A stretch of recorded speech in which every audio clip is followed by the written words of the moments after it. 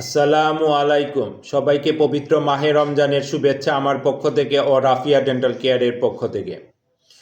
রমজান আমাদের সংযম শিখায়, আর সংযমের প্রধান অংশই হলো নিজের শরীরের ও দাঁতের যত্ন নেওয়া।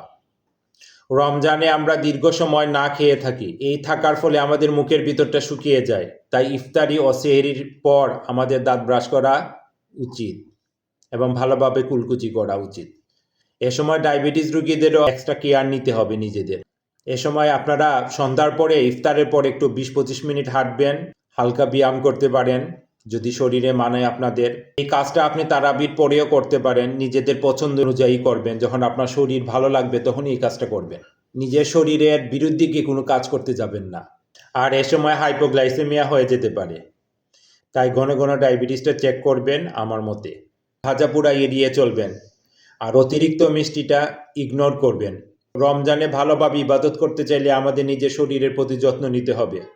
আমাদের সমাজে একটা ভ্রান্ত ধারণা আছে যে ইনসুলিন নিলে রোজা নষ্ট হয়ে যায়। এই ধারণাটি একদম ভ্রান্ত। আল্লাহ আমাদের সব কাজ সহজ করে দিয়েছেন, তাই রোজার সময় ইনসুলিন নিলে রোজা ভঙ্গ হয় না। তাই নির্বিঘ্নে ইনসুলিন নেবেন, দাঁতের চিকিৎসা করাবেন।